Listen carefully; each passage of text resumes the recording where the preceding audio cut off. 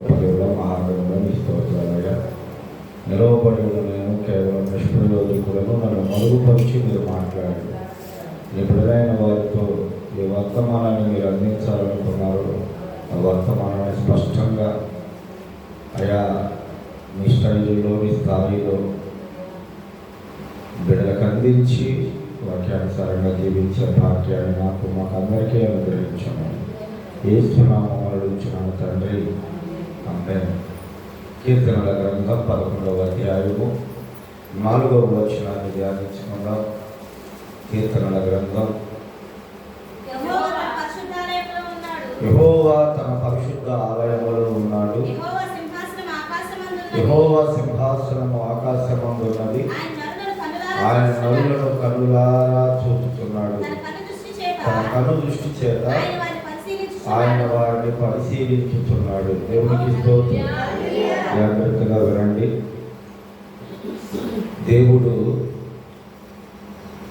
ఆకాశమందు ఆయన సింహాసనం మీద ఉండి నరులను కన్నులారా చూస్తున్నాడు, అలాగే పరిశీలిస్తున్నాడు. సామెతల గ్రంథం 5వ అధ్యాయం 21వ వచనంలో ఉంటుంది, నరుని మార్గము యెహోవా ఎరుగును, వారి నడకలన్నీ ఆయన బాగుగా కనిపెట్టును అని ఉంటుంది. దేవునికి స్తోత్రం. 2వ దినవృత్తాంతములో 16:9 ఉంటుంది, తన ఎడల యథార్థ హృదయము గలవారిని. చూడండి ఆ మాట 2వ దినవృత్తాంతంలో 16వ అధ్యాయం 9వ వచనం. తన ఎడల యథార్థ హృదయము గలవారిని బలపరచుటకై యెహోవా కను దృష్టి లోకమంతయు సంచారము చేయుచున్నది అని ఉంటుంది. దేవునికి స్తోత్రం. హల్లెలూయా. జాగ్రత్త. ఈ మాటలో ప్రతి ఒక్క మాట మనం గుర్తుపెట్టుకోవాలి. ప్రభు చూస్తున్నాడు, ప్రభు వింటున్నాడు, ప్రభు ఆలకిస్తున్నాడు అన్న ఆలోచన ప్రతి ఒక్క క్రైస్తవునికి విశ్వాసికి ఉండాలి. అలా కాకుండా చాలామంది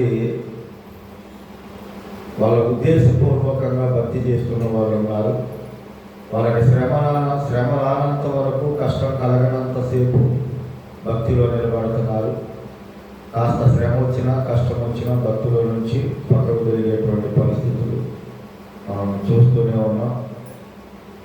తన ఎడల యథార్థ హృదయము గల వారిని బలపరచడానికి యెహోవా కను దృష్టి లోకమంతయు సంచారం చేస్తుందని, అలాగే నరుని మార్గములు యెహోవా ఎరుగును, వారి నడకలని వారిని బాగుగా కనిపెట్టిన సంగతి గుర్తుపెట్టుకోవాలి. అలాగే 101వ కీర్తన 6వ వచనంలో ఉంటుంది, దేశంలో నమ్మకస్తులైన వారిని ఆయన కనిపెడుతున్నాడు అని ఉంటుంది. ఈరోజు నువ్వు దీవించబడాలన్నా, నువ్వు ఆశీర్వదించబడాలన్నా, అలాగే దేవుని రాజ్యానికి నువ్వు చేరాలన్నా, ఆయన జీవ గ్రంథంలో నీ పేరు ఉండాలన్నా, మొదటిగా యథార్థత ఉండాలి, పరిశుద్ధత ఉండాలి. అప్పుడే దేవుని దృష్టిలో నువ్వు పడతావు. అరాకొర భక్తి చేసేవాళ్ళు సమయము మన దాకా కష్టం రానంతసేపు నిలబడేవాళ్ళని ఆయన పెద్దగా పట్టించుకొని ఈ విషయాలు గుర్తుపెట్టుకోవాలి. ఈ ప్రపంచంలో నీకు ఎన్ని ఉన్నా, నీకు ఆస్తులున్నా, అంతస్తులున్నా, పదవులున్నా, చదువులున్నా, ఉద్యోగాలున్నా, వ్యాపారాలున్నా, ఇవేవి నీతో రావు, ఇవేవి నిన్ను బ్రతికించలేదు. అలాగ బ్రతికించేవే అనుకుంటే చేతి కర్రతో వెళ్ళిన యాకోబు 4 భార్యలతో 13 మంది బిడ్డలతో, గొర్రెలు, బర్రెలు, గాడిదలు, ఒంటెలు, ఇంత ఆస్తితో ఉండి కూడా తెల్లవారులు దేవునితో పెనుగులాడి నన్ను దీవించయ్యా, నన్ను ఆశీర్వదించయ్యా అని అడగాల్సిన పని లేదు. ఎందుకు అడిగాడంటావు? ఎంత ఆస్తి ఉంచుకొని కూడా నిజమైన ఆశీర్వాదం అది కాదు. అదంతా ఆయన పేరుకు సంబంధించినటువంటిదే. అంటే యాకోబు అంటే మోసగాడు కదా, ఆ ఆస్తి అంతా కూడా లోకంలో మోసం ఎప్పుడైతే ఆయన నన్ను ఆశీర్వదించయ్యా అని ప్రభు పాదాలు పట్టుకొని ఏడ్చాడో నిజమైన ఆశీర్వాదం దేవుడు ఆయనకు అప్పుడు ఇచ్చాడు. ఇక మీదట నీ పేరు యాకోబు అనబడదు, ఇశ్రాయేలు అనబడిద్దని చెప్పాడు. అది ఎంత గొప్ప భాగ్యం అంటే మనము ఊహకు కూడా అందదు. ఒక వీధికి ఒకళ్ళ పేరు ఉండొచ్చు, ఒక పేటకు ఒకళ్ళ పేరు ఉండొచ్చు, ఒకళ్ళ ఊరికి ఒక పేరు ఉండొచ్చు, కానీ ఒక దేశానికే ఇశ్రాయేలు పేరు పెట్టేశాడు దేవుడు. దేవునికి స్తోత్రం. ఒక దేశానికి ఆయన పేరు పెట్టేశాడు, ఒక సంతతికే ఆయన పేరు పెట్టేశాడు. ఇశ్రాయేలీల ప్రజలు, ఇశ్రాయేలు సంతానము, ఇశ్రాయేలు దేశము. ఈ దీవెన ఎన్నటికీ పోనిది, తరగని. హల్లెలూయా. నువ్వు కష్టపడి నువ్వు సంపాదించిన ఆస్తి తరిగిపోతే నీకు అక్కడికి రాదు. అర్థం చేసుకోండి. ఈరోజు నీ మీద ఆయన కనుదృష్టి ఉంది. నిన్ను ఆయన పరిశీలిస్తున్నాడు. నిన్ను ఆయన సింహాసనం మీద కన్నులారా చూస్తున్నాడు. చూస్తున్నప్పుడు నీలో ఉన్నటువంటి నమ్మకత్వాన్ని బట్టి ఆయన నిన్ను గొప్ప చేస్తాడు, నిన్ను ఆశీర్వదిస్తాడు. చూడండి, ఒక మాట నేను మీకు చూపిస్తాను. లోకాసు వార్త 22వ అధ్యాయం 42వ వచనం.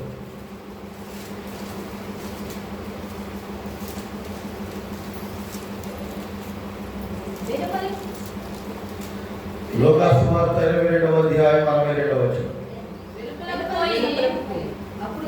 అప్పుడు ప్రభువు తిరిగి పేతురు వైపు చూచెను గనుక, పేతురు నేడు కోడి కూయక మునుపు నువ్వు ముమ్మారు నన్ను ఎరుగనందు అని ప్రభువు తనతో చెప్పిన మాట జ్ఞాపకము చేసుకొని వెలుపులకు పోయి సంతాపపడి ఏడ్చాడు. దేవునికి స్తోత్రం.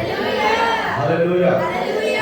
ప్రతి ఒక్కరూ దేవుని ఎదుట మాట తప్పిన వాళ్ళమే, ప్రమాణాలు తప్పిన వాళ్ళమే, ఒట్లు తప్పిన వాళ్ళమే, ఇచ్చిన మాట నిలబెట్టుకున్నటువంటి వారమే, దేవునికి వ్యతిరేకంగా ప్రవర్తించినటువంటి వారమే, దేవుని గాయాలు రేపినటువంటి వారమే. అదే పరిస్థితుల్లో ఇక్కడ పేతురు కూడా ఉన్నాడు. యేసుక్రీస్తు ప్రభు వారిని అప్పగించబడేటప్పుడు కానీ, ఆయనతో ఉన్నప్పుడు కానీ, మీరందరూ నా విషయమై అభ్యంతరపడతారు, నన్ను వదిలిపెట్టేసి వెళ్ళిపోతారు అన్నప్పుడు పేతురు మాట్లాడిన మాటలు, నా ప్రాణమైనా పోయినా నేను నిన్ను మాత్రం వదిలిపెట్టాను మాటలోకి అప్పుడే చెప్పాడు యేసయ్య. ఏమని? కోడి కూయక ముందే 3 సార్లు ఎరుగునని చెబుతావయ్యా. ఆ మాటకు ఆయన నా ప్రాణం పోయినా నేను ఆ మాట చెప్పనన్నాడు. కానీ యేసుక్రీస్తు ప్రభు వారిని సైనికులు తీసుకెళ్తున్నప్పుడు దూరంగా ఆయన్ని వెంబడిస్తూ అక్కడ ఉన్నటువంటి వ్యక్తులు కానీ, చిన్నపిల్ల కానీ, నువ్వు కూడా ఆయనతో పాటు ఉన్నవాడివి అన్నప్పుడు, ఓ అమ్మాయి నేను ఎరుగునని చెప్పి ఒట్లు పెట్టుకున్నాడు. 3వసారి ఎప్పుడైతే అబద్ధం ఆడాడో వెంటనే కోడి కూసింది. కోడి కూసిన వెంటనే యేసుక్రీస్తు ప్రభు వారు పేతురు వైపు చూశాడు. ఆ చూసిన చూపులో పేతురు చేసిన పొరపాటు, ఇచ్చిన మాట, తప్పిన విధానం అన్నీ జ్ఞాపకం చేసుకొని పశ్చాత్తాపడి వెలుపులకు పోయి ఏడ్చాడంట. దేవునికి స్తోత్రం. జీవం కలిగిన దేవుడు ఎప్పుడైతే తన వైపు చూశాడో, తాను చేసిన తప్పును తాను తెలుసుకొని పశ్చాత్తాపడ్డాడు, వెంటనే దేవుడు ఆయనను కనికరించినట్లే, కృప చూపించినట్లే.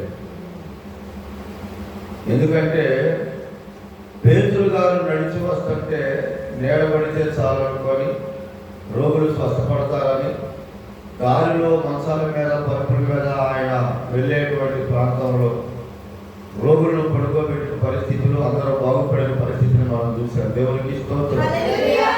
ప్రభువు ఆయన ప్రణాళికలో ఉన్నవారిని, ఆయన విడలైన వారిని ఎప్పటికీ వదిలిపెట్టడు. వదిలిపెట్టేది మనమే.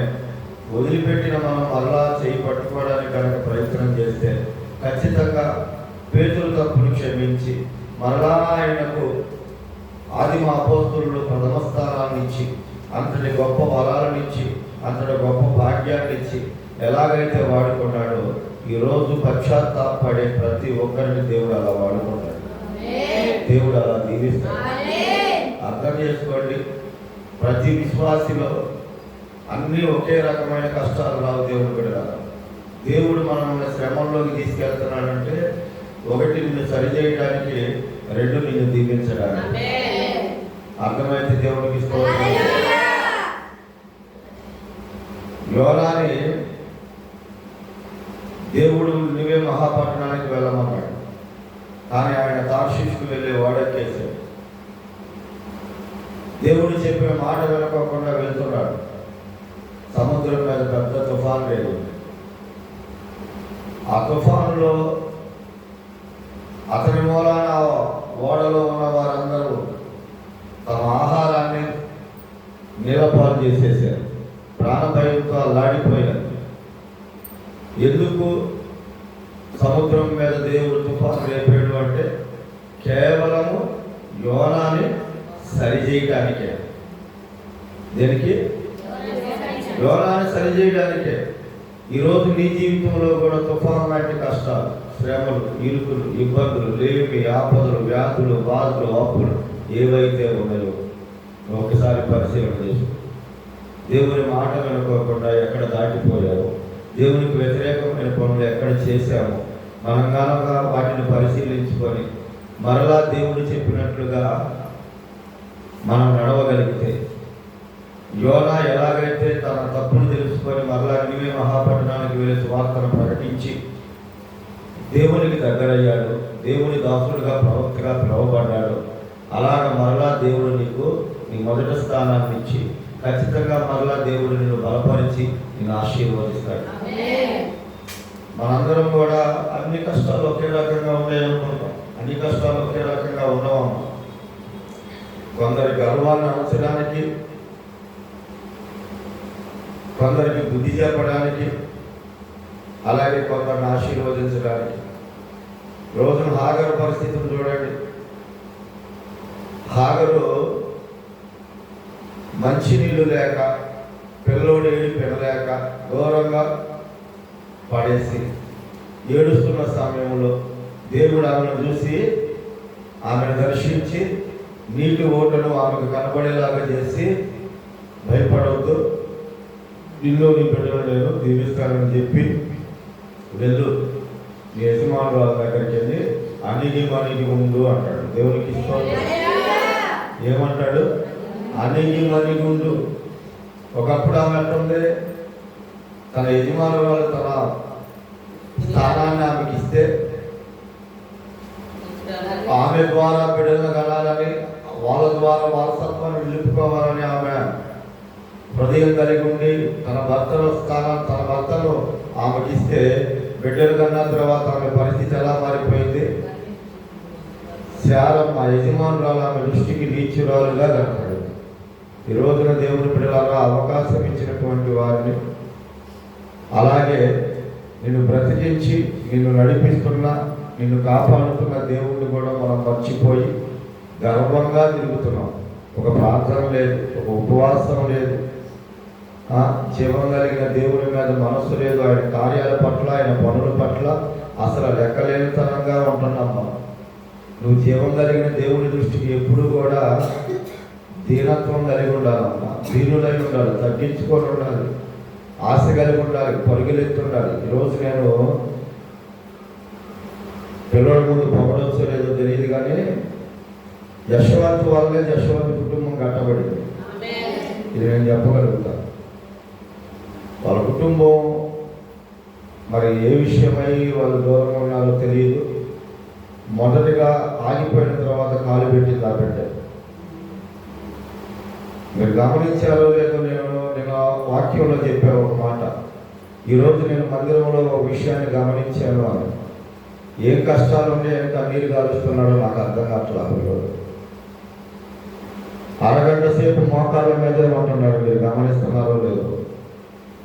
ఖచ్చితంగా ఆ బిడ్డ నమ్మకత్వాన్ని బట్టి దేవుడు ఆ బిడ్డను దీవిస్తాడు. వాళ్ళ వంశంలోనే గొప్ప చేస్తాడు. ఎందుకంటే ప్రభువు మీద ఆధారపడేవాళ్ళు, ప్రభువుని వెంబడించేవాళ్ళు అసామాన్యమైనటువంటి వ్యక్తులుగా చేసేస్తాడు దేవుడు. పిరికివాడైన పేతురు ప్రాణాలకు తెగించి నిలబడ్డాడు సేవకి.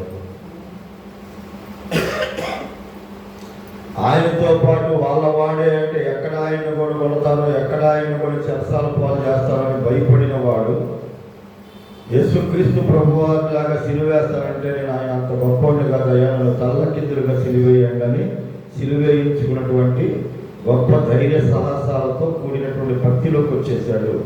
అలాగే ఆయన ప్రార్థన చేస్తే అద్భుతాలు దేవుడు జరిగించాడు. ఒక ప్రసంగానికి 3000 మంది, ఒక ప్రసంగానికి 5000 మంది. అసలు ఈ రోజుకి ఆదిమ అపోస్తులు అంటే మొట్టమొదటిగా గుర్తొచ్చేది పేతురే. ఇప్పుడు ఈ సంఘం కట్టబడింది కూడా పేతురు అనే బండ మీద. దేవునికి స్తోత్రం, హల్లెలూయా. అర్థం చేసుకోండి, ఈరోజు వాక్యాన్ని దేవుని బిడ్డలారా మీరు చాలా జాగ్రత్తగా, మీ బిడ్డలలో అలాంటి విశ్వాసం ఉందా? చిన్న బిడ్డ ఏం కష్టాలు ఉన్నాయని కన్నీరు గారుస్తున్నాడు చెప్పండి. మీకంటే బాధ్యతలు ఉన్నాయి, బాధలు ఉన్నాయి. ఆ బిడ్డకి ఏం బాధలు ఉన్నాయి, ఏం బాధ్యతలు ఉన్నాయి. అరగంట సేపు మోకాళ్ళ మీద ఉన్నాడంటే దేవుడు చూస్తాడా? దేవుడు ఆ బిడ్డను దీవించునుగా. దేవునితో మాట్లాడాడు. ఖచ్చితంగా ఆ బిడ్డకు పాట ఇవ్వాలి. రాగానే మగపిల్లల్లో ఖచ్చితంగా ఆ బిడ్డ పరిచర్యలో ముందుకు తీసుకురావాలి. మా బిడ్డని వాక్యం చదివేటప్పుడు ప్రతి ఆదివారం ఆ బిడ్డ చేత చదివేయండి అని చెప్పేసి నేను మాట్లాడాను. ఎందుకంటే దేవుని బిడ్డలారా, నమ్మకమైనటువంటి వాళ్ళని దేవుడు చూస్తున్నాడమ్మ. దేశములో నమ్మకస్తులైన వారిని ఆయన కనిపెడుతున్నాడు. దేశములో నిశ్చయముగా నీతిమంతులకు ఫలము కలుగుననియు నిశ్చయముగా న్యాయము తీర్చు దేవుడు లోకములో ఉన్నాడని మనుష్యులు ఒప్పుకుంటారు. ఎవరైతే ఆయన మీద ఆధారపడతారో ఆ ఆధారపడ్డ మనుషులైనటువంటి వారిని ఆయన ఆధారం చేసుకొని అందరి దృష్టిలో వాళ్ళని గొప్ప వాళ్ళని చేసి వాడుకుంటాడు. దేవునికి స్తోత్రం, హల్లెలూయా. ఈరోజు నేను మీకు ఒక మాటను తేటగా తెలియపరుస్తూ జాగ్రత్తగా వినండి. 5 రొట్టెలు 2 చిన్న చేపలు మహా అయితే ఒక 10 మందికి పెడతానేమో కాస్త మొక్కల గురించి. కానీ యేసుక్రీస్తు ప్రభువారు 5,000 మంది పురుషులు తినగా, ఇంకా స్త్రీలు పిల్లలు తినగా 12 గంపలు ఎత్తేటువంటి అద్భుతాన్ని దేవుడు జరిగించాడు. ఎవరి కన్నుల ముందు? శిష్యుల కన్నుల ముందు. అయితే శిష్యుల కన్నుల ముందు అంత అద్భుతం జరిగిన తర్వాత శిష్యులను తొందర పెట్టి మీరు అద్దరికి వెళ్ళండి అని చెప్పిన తర్వాత యేసుక్రీస్తు ప్రభువారు ఎక్కడికి వెళ్ళాడు? ప్రార్థన చేయడానికి వెళ్ళాడు, కొండెక్కి. అవునా? ఈ రోజున మన పరిస్థితి ఎలా ఉంటుందంటే, కష్టాలు ఉన్నంతసేపు, శ్రమలు ఉన్నంతసేపు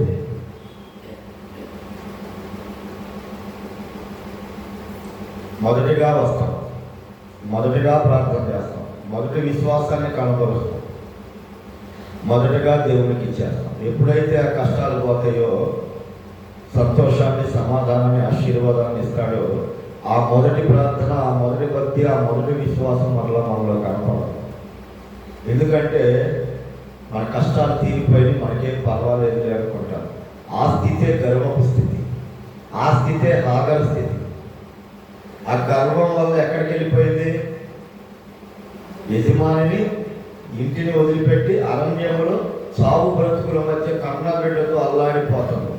ఎప్పుడైనా సరే దేవుడు దీవించినాక, దేవుడు ఆశీర్వదించినాక, నీకు ఉద్యోగం ఇచ్చినాక, నీకు వ్యాపారం ఇచ్చినాక, నీకు పని కల్పించిన తర్వాత, నీ అప్పులు తీసేసినాక, నీ వ్యాధిని తగ్గించినాక, నువ్వు గనక కడుపు నిండిన తనంతో గనక ప్రవర్తించావు అంటే ఆయనకి ఎంతోసేపు పట్టదు అరణ్యంలోకి తీసుకెళ్ళిపోవడానికి, శూన్యంలోకి తీసుకెళ్ళిపోవడానికి. అలాంటి వారిని సరిచేయటానికే జీవం కలిగిన దేవుడు కొన్ని శ్రమలను మన జీవితాల్లో కూడా వదిలిపెడతాడు. ఆ శ్రమలను గ్రహించుకోవాలి. మొదట నువ్వు కష్టకాలంలో ఉన్నప్పుడు, నువ్వు దేవుణ్ణి వెంబడించినప్పుడు, దేవుని మీద ఆధారపడ్డప్పుడు, నీ కుటుంబం ఎంత సంతోషంగా ఉంది, నీ కుటుంబం ఎంత సమాధానంగా ఉంది, నువ్వు ఎంత ఆశీర్వాదకరంగా ఉన్నావు, నీ ఇంట్లో ఎంత సమృద్ధి కలిగిగా ఉన్నావు. నువ్వు ఎప్పుడైతే వాటన్నిటిని బట్టి నువ్వు గర్వీగావో, ఎప్పుడైతే నువ్వు గర్వించావో, మరలా నీ కుటుంబంలో పతనం మొదలయ్యింది, మరలా నీకు పేదరికం ప్రారంభమయ్యింది, మరలా నీ వ్యాధి బాధలు ఎక్కువైపోయి. గ్రహించుకోండి, జీవం కలిగిన దేవుడు నీ వ్యాధి బాధలను, నీ సమస్యలను, నీ పేదరికాన్ని తీసివేసి మరలా నిన్ను పోషించి నీకు ఉన్నతమైన స్థితిని ఇవ్వగలిగిన వాడు నేను ప్రకటించే నజరేయుడైన యేసు. అందుకోసమే కదా ఆయన సిలువనెక్కింది, అందుకోసమే కదా మనందరినీ ఆయన ధనవంతులుగా చేయాలని, ధనవంతుడై ఉన్నవాడు దరిద్రుడుగా వచ్చింది. అర్థం చేసుకోండి ఈరోజు దేవుని వాక్యం. నువ్వు ఏ స్థితిలో ఉన్నావు, ఏ పరిస్థితిలో ఉన్నావు. ఇప్పుడు శిష్యులైన వారు ఒక ఆత్మీయ పాఠాన్ని దేవుడు నేర్పాడు వాళ్ళకి, కానీ వాళ్ళకి ఆ గ్రహింపు రాలా. ఏ గ్రహింపు రాలా? ఆత్మీయ గ్రహింపు రాలా. ఎలాగా? ఎల్లమంది ఆయనే, అక్కడికి వెళ్ళండి అయ్యా అని చెప్పింది ఆయనే. పడవెక్కారు శిష్యులు, బయలుదేరి వెళ్ళేపాటికి మధ్యలో పెద్ద తుఫాన్ రేగింది. ఆ తుఫాన్ రేగినప్పుడు వీళ్ళు కలవరపడిపోతున్నారు, వీళ్ళు భయపడిపోతున్నారు. దేవుడు ఉన్నాడా లేడా అన్న పరిస్థితి, యేసయ్య చూస్తున్నాడో లేదో అన్న పరిస్థితి. కానీ పంపించిన వాడు, వెళ్ళమన్నవాడు చూస్తూనే ఉంటాడమ్మా. చూడండి, ఆ మాట నేను మీకు చూపిస్తాను.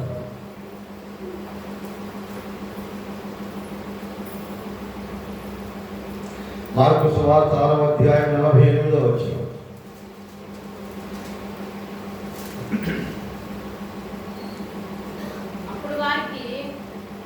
అప్పుడు వారికి గాలి ఎదురైనందున ధోని నడిపించుట వారు మిక్కిలి కష్టపడుతుండగా ఆయన చూసి రాత్రి ఇంచుమించు 4వ జామున సముద్రము మీద నడుచుచు వారి యొద్దకు వచ్చి వారిని దాటిపోవాలని ఉండేను. దేవునికి స్తోత్రం. హల్లెలూయా. అమ్మా, ఏం చూశానో లేదు యేసయ్య. వారు మిక్కిలి కష్టపడుతుండగా ఆయన చూశాడు. ఎక్కడి నుండి చూశాడు ఆయన? ఈయన ఎక్కడికి వెళ్ళాడు? కొండెక్కాడు ప్రార్థన చేయడానికి. వీళ్ళని అక్కడికి వెళ్ళండి అయ్యా అని చెప్పాడు. వీళ్ళేమో సముద్రంలో పడవ మీద వెళ్తున్నారు, ఈయనేమో కొండ మీద ప్రార్థన చేస్తున్నాడు. శిష్యులు కష్టంలో ఉన్నప్పుడు, ఆయన ఎవరినైతే పంపాడో వాళ్ళు శ్రమలో ఉన్నప్పుడు ఆయన చూసి, దేవునికి స్తోత్రం. హల్లెలూయా. ఈరోజు శిష్యులను చూసిన దేవుడు మనము చూడ, సముద్రం మీద ఉన్నటువంటి వారిని చూసిన దేవుడు నిన్ను నన్ను చూడమ్మా, చూడడనుకొని భ్రమలో మనకి కష్టాన్ని ఇస్తేనే అనుకుంటున్నాను. వాస్తవికంగా వీళ్ళకు పాఠం పొమ్మన్నది ఆయనే, సముద్రం మీద గాలి రేపినవాడు ఆయన. ఎందుకంటే ఈ నట్ట నడి సముద్రములో, ఈ భీకర తుఫానులో, ఈ చిన్న పడవలో మిమ్మల్ని కాపాడగలిగిన వాడిని, ఏ సముద్రం అయితే మిమ్మల్ని కలవరపరిచిందో, ఏ నీరైతే మిమ్మల్ని భయభ్రాంతులుగా గురి చేసిందో, ఆ నీటి మీద నడిపించిన వాడును నేను అని ఆయన తెలియపరిచారు ఒక రకంగా. ఎందుకంటే శ్రమ వచ్చినప్పుడు, ఇరుకొచ్చినప్పుడు, ఇబ్బంది వచ్చినప్పుడు మీరు మీ విశ్వాసాన్ని బలంగా పట్టుకొని ఉంటారు. దేవుడు ఏదైనా చేయగలిగిన సమర్థుడు అన్న ఆ గుర్తింపు కోసము, ఆ నమ్మకం కోసం దేవుడు అక్కడ వాళ్ళకి ఆ పరిస్థితిని కల్పించాడు. కానీ వాళ్ళకి ఆ గ్రహింపు లేక ఒకళ్ళేమో ఎలిపెట్టి చూస్తే కానీ నమ్మనున్నారు, ఒకళ్ళేమో అమ్మేసుకున్నారు, ఒకళ్ళేమో ఆయన ఎవరో తెలియదు అన్నారు, కొంతమంది ఏమో వదిలిపెట్టేసే వెళ్ళిపోయారు. ఈ విషయాన్ని మీరు ఒక్కసారి గుర్తుపెట్టుకోవాలి. జీవం కలిగిన దేవుడు ఇంతకుముందు నీకు ఎన్ని కార్యాలు చేసి ఉంటాడు, ఎన్ని శ్రమంలో, ఎన్ని కష్టాల్లో, ఎన్ని ఇబ్బందుల్లో నిన్ను నడిపించాడు. కానీ ఇప్పుడున్న పరిస్థితి, ఇప్పుడున్న బాధ నీకు ఎలా అనిపిస్తుందంటే దేవుడు కూడా ఈ కష్టాన్ని తీసేయలేడేమో అనుకుంటున్నాను. లేదు దేవుడు బిడ్డలారా, మీకు ముందు చేసిన దేవుడు ఇప్పుడు కూడా చేయగలుగుతాడు. మీకు అర్థమైందన్న మాట? ఏమో మీకు అర్థమైందా? పేతురుకి కానీ శిష్యులకు కానీ ఏ పరిస్థితుల్లోనైనా, ఎలాంటి కష్టాల్లోనైనా నేను మీకు తోడై ఉంటాను, నేను మిమ్మల్ని చూస్తున్నాను, మిమ్మల్ని నేను విడిపిస్తానన్న సత్యాన్ని వీళ్ళకి సముద్రం మీద చూపించాడు. సముద్రం కంటే భయంకరమైనది ఏదైనా ఉందా? తుఫాను కంటే భయంకరమైనది వాటిల్లో నుంచే తప్పించిన దేవుడు సైనికుల చేతుల్లో నుంచి తప్పించలేడా? చెరసాల పునాదులను విడిపించలేడా? చెప్పండి. వాళ్ళకి ఆ గ్రహింపు లేకుండా పోయింది. మనకి అలా ఆ గ్రహింపు లేకుండానే బ్రతుకుతున్నాం. చిన్న చిన్న విషయాలు అయితేనే చేయగలుగుతాడు దేవుడు, పెద్ద పెద్ద విషయాలు అయితే చేయలేదనుకుంటున్నారు.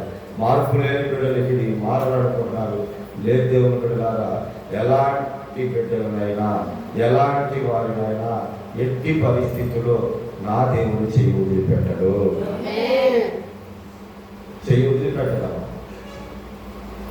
హాగరు ఎప్పుడైతే చెప్పిన మాట విని మరలా తన యజమానురాలు చేతికి అణిగి మెనుగొందో తన బిడ్డలను గొప్పవారం చేశాడు దేవుడు.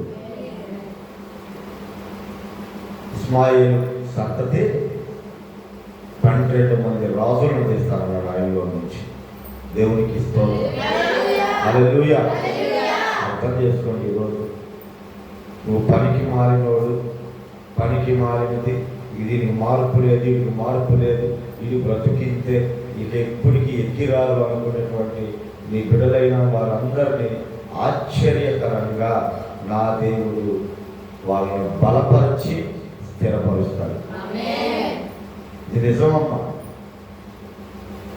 దావీదును మీరు గమనించండి. దావీదును మీరు గమనిస్తే తండ్రి కూడా రాజు అవుతాడని నమ్మకం లేదు, అన్నదమ్ములకు అస్సలు నమ్మకం లేదు.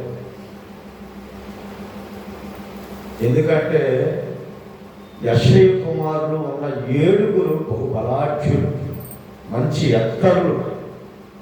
చూడడానికి ఎవరిని చూసినా ఆ సింహాసనానికి వీడు తగిన వాడురా, రాజకిరీటం వీడి తల మీద బహు సుందరంగా ఉండిదిరా అని ఆలోచన వచ్చే అంతటి బలమైనటువంటి వ్యక్తులు ఎత్తరులు వాళ్ళందరూ.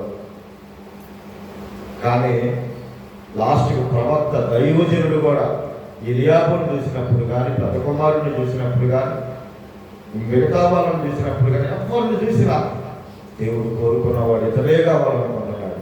అప్పుడు ప్రభు ఏం మాట్లాడాడు?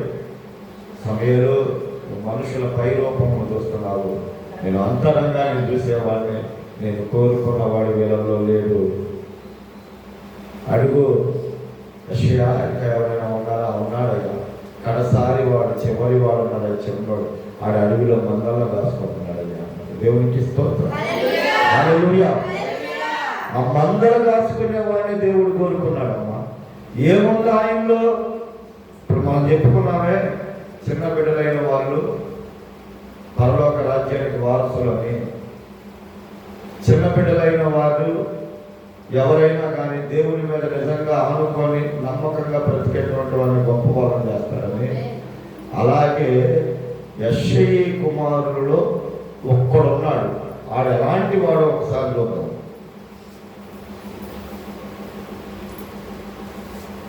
ఒకటవ సమూయేలు గ్రంథం 15వ అధ్యాయం 18వ వచనం.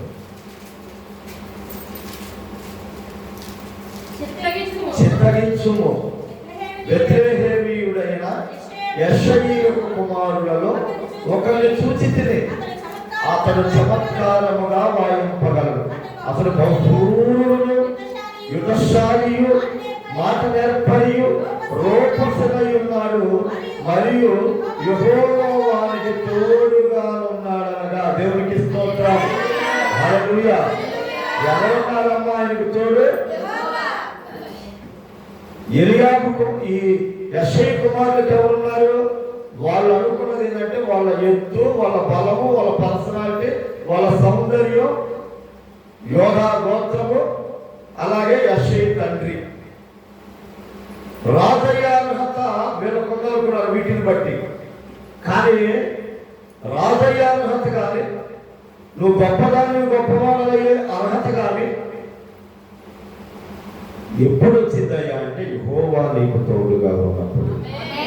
దేవుడు మనకు తోడుగా ఉంటేనే మనం గొప్పవాళ్ళం అవుతాం, మనం ఆశీర్వదించబడతాం. ఎన్ని ఉపద్రవాలు వచ్చినా కానీ కదలకుండా నిలబడతా ఉంటాం. నీకు నిజంగా ఆశీర్వాదం ఉందా? యాకోబుకి ఆ ఆశీర్వాదం లేదనే తెల్లవారులు పెరుగులాడేదన్నమాట. యాకోబుకి దేవుడు ఎప్పుడైతే ఆశీర్వాదాన్ని ఇచ్చాడో యాకోబు ఇశ్రాయేలుగా మారి ఇశ్రాయేలు ఒక ఆశీర్వాదకరంగా మారిపోయాడు. ఈ రోజున జీవం కలిగిన దేవుని ఆశీర్వాదం నీ మీద ఉంటే నువ్వు పలికిన మాటలను దేవుడు స్థిరపరుస్తాడు. నువ్వు అడుగుపెట్టిన స్థలాన్ని దేవుడు దీవిస్తాడు. నీ కుటుంబము ఎప్పుడూ ఫలింపుగా ఉంటుంది, ఎప్పుడు సమృద్ధిగా ఉంటుంది. జీవం కలిగిన దేవుని ఆశీర్వాదం ఎప్పుడు ఎలా ఉంటుందంటే అది తరగని ఆస్తిగా ఉంటుంది. కొంతమంది చూడు, ఇది వచ్చింది మా ఇల్లు నాశనం అయిపోయింది అమ్మ అనుకుంటా ఉంటారు. ఈడు అడుగు పెట్టాడు, కమ్మల కాపురం నాశనం అయిపోయింది అనుకుంటా ఉంటారు. నిన్ను బట్టి నన్ను బట్టి కూడా అలా అనుకుంటే ఇంకా మనం బైబిల్ పట్టుకోవడం కూడా అర్థమే ఉండదు. చెప్పండి, ఇంకా అర్థమైందా నా మాట? ఆశీర్వాదం అనేది నీకు దేవుడు ఇస్తే, దేవుడు నీకు తోడుగా ఉంటే, నువ్వు కోతిలో ఉన్నా, నువ్వు అప్పుల్లో ఉన్నా, నువ్వు వ్యాధుల్లో ఉన్నా, నువ్వు బాధల్లో ఉన్నా, ఖచ్చితంగా వాటన్నిటి నుంచి విడిపించబడి అద్భుతమైనటువంటి ఆశీర్వాదాన్ని నీ కన్నులతో చూస్తావు. యోసేపుకు దేవుడు తోడై ఉన్నాడు. ఎక్కడ? గుంటలో ఉన్నాడు, చెరసాలలో కూడా ఉన్నాడు, సంఖ్యలలో కూడా ఉన్నాడు. కనుకనే యోసేపు ఒకనాటికి గొప్పవాడైపోయాడు. యోసేపును బట్టి పొతీఫరును దేవుడు ఆశీర్వదించాడు. ఆ విషయం పొతీఫరుకు కూడా అర్థమైపోయాడు. నిజంగా నీకు ఇప్పుడు నీ ఆశీర్వాదం అనేది నీకు ఉందా? యేసయ్య రక్త ప్రోక్షణ మనకు పరిశుద్ధత, యేసయ్య తిన్న దెబ్బల చేతే మనకు స్వస్థత, యేసయ్యను కలిగి ఉండటమే మనం ఐశ్వర్యవంతులు. మనం ఎవరైనా రాజులైనా పద్దాకని డబ్బులు లేవంటాడు, మాటలు మాత్రం కోటలు దాటితే అనుకుంటా ఉంటుంది. అప్పుడప్పుడు దెబ్బ ఫీడ్బ్యాక్ అని గురించి మనంతా అబ్రహాం గారి బ్యాచ్. ఏ బ్యాచ్? అబ్రహాం గారి బ్యాచ్. ఓయ్, నీ ఆస్తిలో నూలు పోగైనను చెప్పులు వారైనను నాకొద్దు. అబ్రహామును నేనే ఆశీర్వదించానని చెప్పుకోవడానికి వీలు లేదు. దేవుడే నన్ను ఆశీర్వదించాలి. దేవుడికి స్తోత్రం. హల్లెలూయా, హల్లెలూయా. నాకు అవకాశం వస్తే వాళ్ళకు నేనే ఇచ్చేస్తా. ఆమె రాసి పెట్టుకోండి, మన దేవుడు అంత గొప్పడు. వాళ్ళని కించపరచడానికి నేను చెప్పట్లేదు అన్నమాట. మన దేవుడు అంత గొప్పగా చెబుతున్నా. ప్రభువు నిన్ను చూస్తున్నాడు, నన్ను చూస్తున్నాడు. ఎక్కడ నుండి చూస్తున్నాడంటే ఆకాశంలో ఆయన సింహాసనం మీద నుండి చూస్తున్నాడు. ఆయన చూపు కనుక నీ మీద పడిందా, పేతురులాగా నీ స్థితిగతులు మారిపోతాయి. అంతే. పిరికివాడై పారిపోయినటువంటి వాడు ప్రపంచాన్ని ఈ రోజున ఆయన బండ మీదే కట్టాడు సంఘాన్ని దేవుడు. నిన్ను నన్ను కూడా అట్లా మార్చేస్తాడు. ఆయన చూపు మన మీద పడాలన్నా, ఆయన చూపు మన మీద పడాలంటే మన చూపు లోకుల మీద ఉండకూడదమ్మా. నీకు అర్థమైందా నా మాట? జీవం కలిగిన దేవుడు ఎన్నో అద్భుతాలు, ఆశ్చర్య కార్యాలు మన జీవితాల్లో చేయగలిగిన వాడు. ఈ సత్యాన్ని నమ్మండి. వచ్చామా వెళ్ళామా అన్నట్లుగా ఉండదు. భక్తి జీవితం అనేది నీ జీవితంలో ఒక ఏదో వచ్చాము వెళ్ళాము అన్నట్టుగా ఉండకూడదమ్మా. భక్తి జీవితం అనేది కానీ నువ్వు ప్రార్థన చేసేది అనేది, చాలామంది ప్రార్థన చేస్తారు, కదిలించామనుకో వాళ్ళలో పాఠాలు అప్పచెప్పినట్టు చెబుతారు. అలా చెప్పడం, అలా ప్రార్థన చేయడం కరెక్ట్ కాదమ్మా. నువ్వు మందిరానికి వస్తున్నావంటే ఒక పాఠం నేర్చుకోవాలి. దేవుడు నాకేమి నేర్పిస్తాడు ఈరోజు. ప్రార్థన ప్రారంభించావంటే ఏ విషయం మీద నువ్వు కొత్తగా దేవుని దగ్గర పోరాడుతున్నావు. ప్రార్థనలో పోరాటం ఉండాలి. మా ఆయన్ని కాపాడయ్యా పనికి వెళ్ళాడు, మా పిల్లల్ని కాపాడయ్యా స్కూల్కి వెళ్ళాడు. ఇక రోజు ఈ పాఠం కాదు ప్రార్థన అంటే. కొత్త ప్రార్థన, కొత్త అంశాలు, పోరాటం, చూపించయ్యా, గెలిపించయ్యా, నిలబెట్టయ్యా. ఏ విషయం మీద నువ్వు చేస్తున్నావు పోరాటం, ప్రతిరోజు కొత్త అంశం అని పడాలి. అప్పుడే ప్రార్థనలో నీకు కూడా సమయం తెలియదు, రంజు తెలియదు. ఆ రంజు తెలిసింది. నువ్వు ఎప్పుడైతే పాటగా పాడుతున్నావో పాట, ఆ ఈరోజు చేయకపోతే ఏమైంది అనిపించింది. నీకు అర్థమైందా? ప్రార్థన రోజు చేసినట్టే చేస్తే ఆ ఈరోజు చేయకపోతే ఏమైంది అనిపించింది. రోజు చేసే ప్రార్థన చేయకూడదు. ఈరోజు నీ భర్త గురించి చేసావు, ఆ భక్తుల్లో ఉన్నటువంటి లోటుపాట్లన్నిటిని తీసేయమని ప్రత్యేకించి విడమర్చి ప్రార్థన చేయి. ఆ బిడ్డ వల్ల ఆ భర్త ఎలా ఉండాలో విడమర్చి ప్రార్థన చేయి. అయిపోయిన భర్త గురించి రేపు నీ బిడ్డ గురించి రా, రేపు నీ కూతురు గురించి రా, రేపు నీ వంశం గురించి రా, వాళ్ళ బిడ్డల గురించి రా, సంఘం గురించి రా, సేవకులు విడమర్చి. అప్పుడే ఖచ్చితంగా నీకు ప్రార్థన చెయ్యాలి అనిపించింది, అది బాధ్యత అనిపించింది. ఎప్పుడైతే మన పాఠంలాగా చెప్పుకుంటున్నామో ఇవాళ చెప్పకపోతే చేయకపోతే రేపు చేద్దాంలే అనుకుంటాం. అలా చేయమాకండి. మందిరానికి వచ్చేటప్పుడైనా ప్రభు ఈ రోజు నాతో ఏం మాట్లాడబోతున్నాడు, నేను ఎక్కడ తప్పిపోయాను, నేను ఎక్కడ సరి చేసుకోవాలి, దేవుడు నన్ను ఏ విధంగా దీవించబోతున్నాడు, దేవుడు నా కష్టాలను బట్టి నాతో మాట్లాడుతున్నాడా లేదా, ప్రతిదీ ఒక ఆలోచనగా మీరు రావాలి. అలాగా మీరు కనుక రాగలిగితే మీ భక్తి జీవితం నిజంగా తారాస్థాయికి వెళ్ళిపోతుంది. దేవునికి స్తోత్రం. హల్లెలూయా, హల్లెలూయా. అర్థం చేసుకోండి, మన దేవుడు ఎంతటి అద్భుతాన్నైనా చేయగలిగిన వాడు.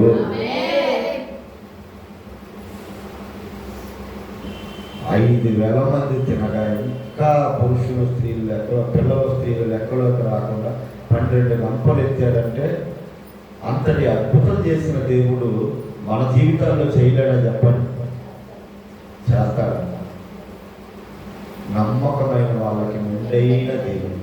దేవుని మీద ఎవరైతే నిజంగా నమ్మకంగా అనుకుంటారో వాళ్ళ ఆశీర్వాదం అంతా ఇంత ఉండదు. నేను మొదటి నుంచి మీకు గుర్తు చేస్తూనే ఉన్నాను. ఈ రోజున మా అమ్మ ఉన్నంత కాలం నాకు ప్రార్థనా విషయంలో లోటు లేదు. ఎందుకంటే పై పనులన్నీ ఆమె చూసుకునేది కాబట్టి, అచ్చంగా మందిరంలో దేవుడి మీద ఆధారపడ్డాను కాబట్టి, నా చెప్పులు వేసుకొని మంటలని దిగి కేకలేసిన దెయ్యాలు ఉంటాయి, నా చేతులని అగ్ని సెగలు చూసిన దెయ్యాలు ఉంటాయి, నేను నడిచి వెళ్తుంటే మనుషులు పడ్డ రోజులు ఉంటాయి. జీవం కలిగిన దేవుని మహాకృపను బట్టి చెయ్యి పెడితే తెల్లటి వస్త్రాలు బైబుళ్ళు పట్టుకొని వచ్చే వాళ్ళ సైతం విశ్వాసుల్లో సైతం దెయ్యాలు బయటపడ్డాయి. ఎప్పుడు అచ్చంగా ఆయన మీదే ఆధారపడి బ్రతుకుతున్నాము.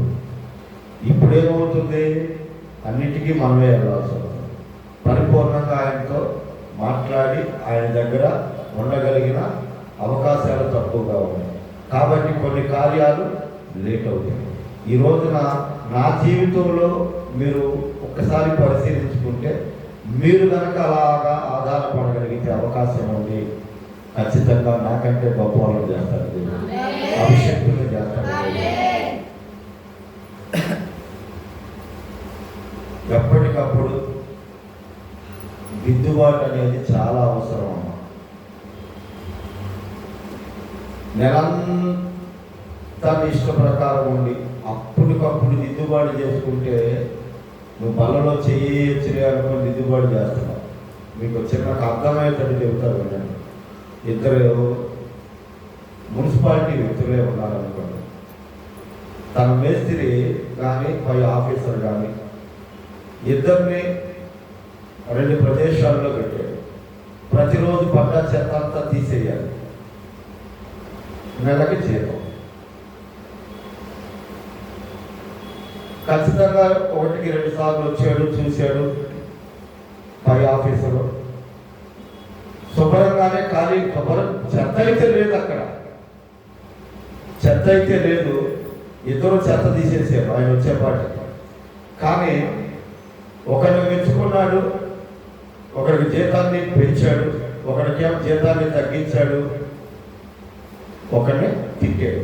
అంటే జీతం తగ్గించినోడేమో మందలించాడు, జీతం పెంచినోడేమో పొగిడాడు. ఇప్పుడు ఇద్దరూ చెత్త తీశారు. కానీ ఒకరిని పొగడటానికి ఒకరిని పొగడకపోవడానికి కారణం ఏంటి? మీకు అర్థం కాదు. నెలకి ఒక్కసారి వస్తాడు యజమాని. ఆ వచ్చినప్పుడు ఇద్దరు చెత్త తీసారో లేదో చూస్తాడు, ఆ ప్రదేశాన్ని శుభ్రం చేసారో లేదో చూస్తాడు. ఆయన వచ్చినప్పుడు ఇద్దరు చెత్త తీసేశారు, ఇద్దరు ఆ ప్రదేశాన్ని శుభ్రం చేశారు. కానీ ఒకరిని పొగిడాడు, ఒకరిని తిట్టాడు. ఒకరి జీతం పెంచాడు, ఒకరి జీతం తగ్గించాడు. ఎందువలన?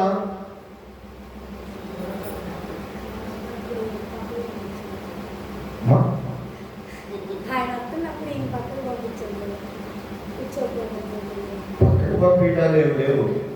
ఈ నెలకు ఒకసారి వస్తాడు, వచ్చినప్పుడు చూశాడు ఆ ఇద్దరికి అప్పచెప్పిన స్థలాల్లో చెత్త లేదు. కానీ ఒకరిని తిట్టాడు, ఒకరిని పొగిడాడు. ఏంటంటే జరిగిన విషయం ఏంటంటే ఆ వ్యక్తి ఒక వ్యక్తి ఏమో ఏ రోజు పడ్డ చెత్త ఆ రోజు తీసేస్తున్నాడు, ఒక వ్యక్తి ఏమో 29 రోజుల చెత్తను అక్కడే ఉంచి ఆ యజమాను వానరు వచ్చే సమయాన్ని దాన్ని తెస్తున్నాడు. అప్పుడు ఏం జరుగుతుంది? ఈ 29 రోజులు ఒకే చోట చెత్త ఉండడం వల్ల ఆ నీరు గారకం కానీ, ఆ మచ్చలు కానీ, ఆ మొరకలు కానీ అవి బాగా చెత్త మాత్రమే ఎత్తాడు వాడు. ప్రతిరోజు శుభ్రం చేస్తున్న వాడికి మరకలో లేవు, అది శుభ్రంగా ఉంది. అలాగే ఈ రోజున మన ఆత్మీయ జీవితం అనేది కూడా ఏనాటి కీడు ఆనాడే చాలన్నాడు ప్రభు. నువ్వు ప్రతిరోజు చేసిన తప్పులు ఒప్పుకుంటా ఉంటే ప్రభువుకు దగ్గరగా ఉంటాడు. ఏదో 29 రోజులు పాపాలు ఒప్పుకోకుండా నిష్టానుసారంగా తిరిగేసి ప్రభు పనులు చేసేటప్పుడు మాత్రము అయ్యా అయ్యా అయ్యా అని వేడ్చినంత మాత్రాన ఆ పాపపు మరకలు ఆ మురికి అలానే ఉంటుందన్న సత్యాన్ని మనం గమనించుకోవాలి. దేవునికి స్తోత్రం. హల్లెలూయా, హల్లెలూయా. 3 గంటల సేపు ప్రార్థన చేసినట్టే ఉండేది కాదు నేను చేసేటప్పుడు. అది కష్టం అని కూడా నాకు అనిపించేది కాదు. గంట సేపు దేవుణ్ణి స్తుతించేవాడిని, గంట సేపు నా పాపాలన్నిటినీ తలపేసుకొని ప్రభు దగ్గర ఒప్పుకునేవాడిని, గంట సేపు విజ్ఞాపన చేసేవాడిని.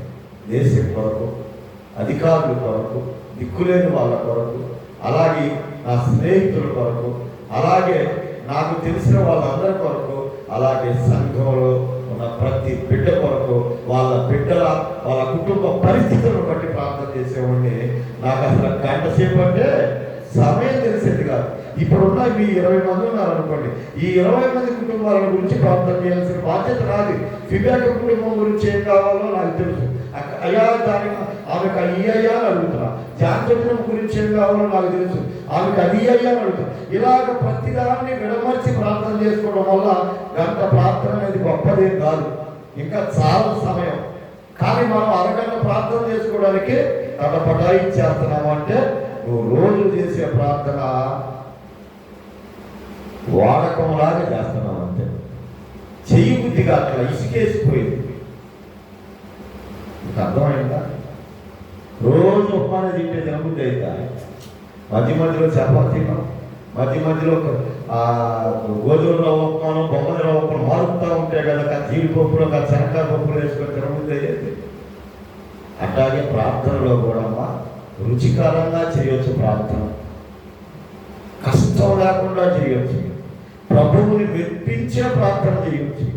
మీ భవిష్యత్తు, మీ బిడ్డల పునాదులు ఎలా ఉండాలో కూడా చేయొచ్చు. అలాగ నువ్వు వివేకంతో ప్రార్థన చేస్తే ప్రార్థనకి సమయమే తెలియదు నీకు. దేవునికి స్తోత్రం. హల్లెలూయా. అర్థం చేసుకోండి, జీవం కలిగిన దేవుడు యోనా వెళ్ళేటువంటి సముద్రం మీద తుఫాన్ ఎందుకు రేపాడో, పేతురు వాళ్ళు వెళ్ళేటప్పుడు సముద్రం మీద తుఫాన్ ఎందుకు రేపాడు? రెండు ఒకటేనా అంటే కాదు కదా, రెండు ఒకటేనా అంటే కాదుగా.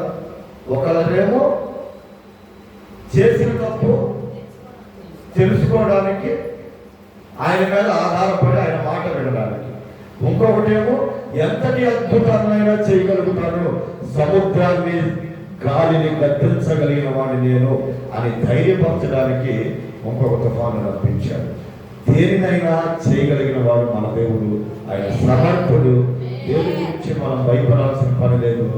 మనందరము ఆయనతో ఉండాలని, ఆయనలా ఉండాలని, కలకాలం శాశ్వత కాలం ఆయన రాజ్యంలో ఉండాలని మన కొరకు ఆయన 1-40 కొరడా దెబ్బలు, తనకు ముళ్ళ కిరీటం, పక్కలో బల్లెం కొడిపించుకొని ఎన్నో శ్రమలు అనుభవించి ఈ రోజున జీవం కలిగిన దేవుని రక్తం చేత మనందరినీ కడిగి పరిశుద్ధపరిచి పవిత్రపరిచాడు. ఆ పవిత్రతను, ఆ పరిశుద్ధతను కాపాడుకుంటూ ప్రభు ఇచ్చే ఆశీర్వాదాలన్నీ, ఐశ్వర్యాన్ని పొందుకుందాం. దేవుడి ఈ మాటలను దీవించును కాక ప్రార్థన చేసుకుందాం. పరిశుద్ధుల పర్వతాన్ని గొప్ప దేవుడు మహాగణాలు స్తోత్రం. చెప్పబడిన మాటలు ఈ మాటలు విలువైన వెలకట్టలేని మాటలు మేమందరం విన్నాం. మాటల ప్రకారంగా జీవించే భాగ్యాన్ని మాకు దయచేయడం నజరేయుడైన యేసు నామములో అడిగి వేడుకుంటున్నాం పరమ తండ్రి. ఆమేన్.